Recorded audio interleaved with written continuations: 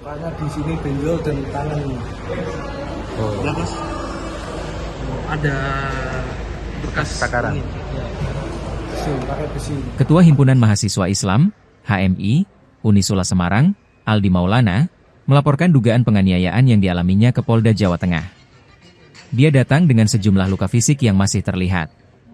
Diduga akibat aksi kekerasan oleh orang tak dikenal yang disebut-sebut berkaitan dengan aktivitasnya mengawal kasus dugaan pelecehan seksual di kampus. Bekas luka cakaran tampak jelas di tangan kirinya. Dia bersama sejumlah temannya sempat bertemu dengan Kabid Humas Polda Jateng, Kombes Pol Artanto, sebelum akhirnya diarahkan untuk membuat laporan resmi di Sentra Pelayanan Kepolisian Terpadu.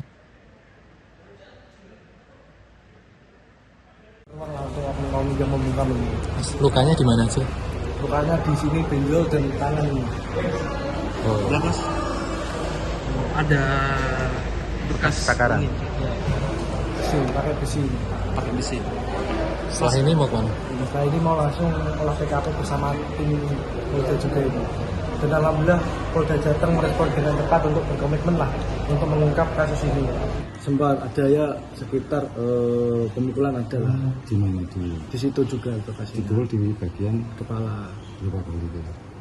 Mungkin 3-4 kali mungkin ya. Satu orang atau berapa? Satu orang saja yang mukul tapi Kenal nggak? orang tidak dikenal.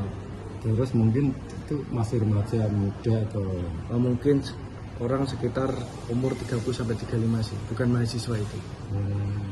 itu datangnya dari arah mana ya? Soalnya kan waktu itu kan saya kan berhenti toh Pak. Enggak. Enggak Lihat ya. lihat. Itu jam berapa waktu kejadian? Ya kemungkinan saya kan dari Lawang Sewu ke Genuk kan pulang dari Lawang Sewu kan sekitar jam 12. Ya kemungkinan saya sampai Genuk ya jam 1 atau 2 dini hari lah mungkin. Itu sudah sampai kos lagi. Sudah sampai kos, nah dari kos sambil bareng-bareng menuju perjalanan ke rumah. Rumahnya di Ranggen.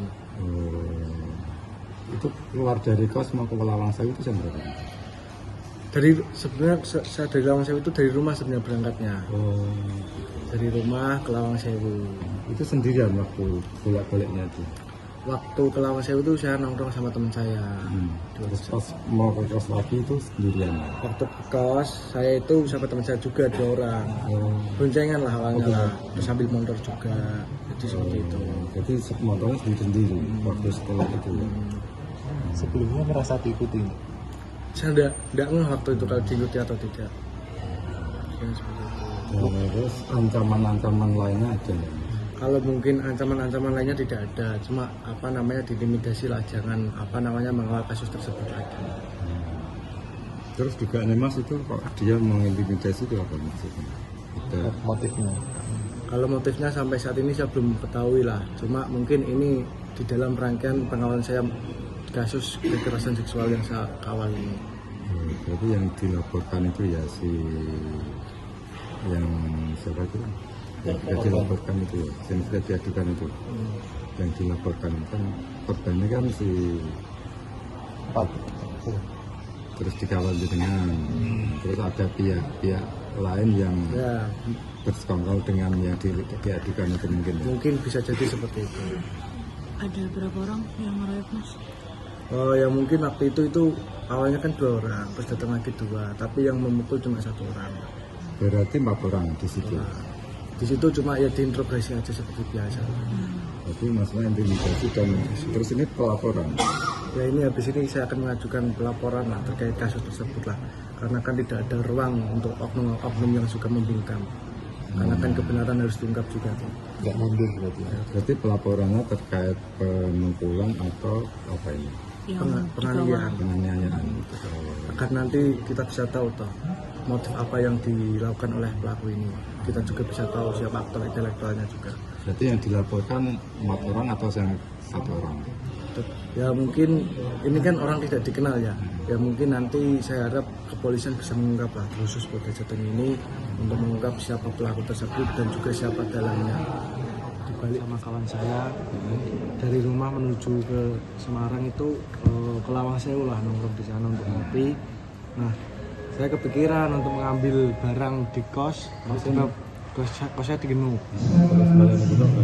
Sekalian di Genuk untuk dibawa pulang.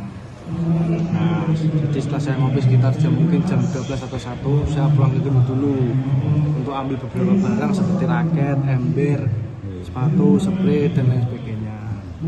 Nah, setelah saya perjalanan dari kelas mau pulang, sampai di Mukti Harjo itu barang saya mau jatuh. Kan karena saya bawa banyak, barang saya mau jatuh. Saya berhentilah di situ untuk membenarkan barang-barang saya. Terus saya masukkan ke jok dan saya tata kembali. Tiba-tiba saya didatangi dua orang. Katanya, Mas sini ngomong sih. Ada, saya langsung ngomong di seberang jalan. Tiba-tiba ditanya lah terkait pengawalan kasus dugaan kasus kekerasan seksual. Dia disitu saya tanya-tanya, diintimidasi, katanya jangan ngeser-ngeser lagi lah. Saya ditanya juga, siapa bikinanmu, mengapa kau mengawal kasus itu. Kurang lebihnya seperti itu. Ya saya jawab waktu itu, ya ini panggilan moral saya bersama teman-teman saya. Kurang lebihnya seperti itulah kronologinya lah. Senjata nggak? Enggak. Nggak bawa senjata. Lukanya di mana sih? Waktu itu ya lebam dari sini, di sini Tangan kosong. di tangan. Terus di sini juga sempat ada lebam juga karena ada cengkraman juga. Cengkraman. Mungkin ada ciri-ciri orangnya. Ya mungkin kalau ciri-ciri orangnya ya tinggi lah, tingginya kurang lebih 180 putih. Badannya besar. Soalnya ya kan baru pertama kali ya saya tidak terlalunya juga. Apalagi kejadian malam ini aja. Baru saja ini Mas Aldi diskusi dengan saya selaku Kabitumas dan Bapak Direskrimum di ruangan saya diskusi. Mas Aldi menyampaikan tentang peristiwa yang menimpa.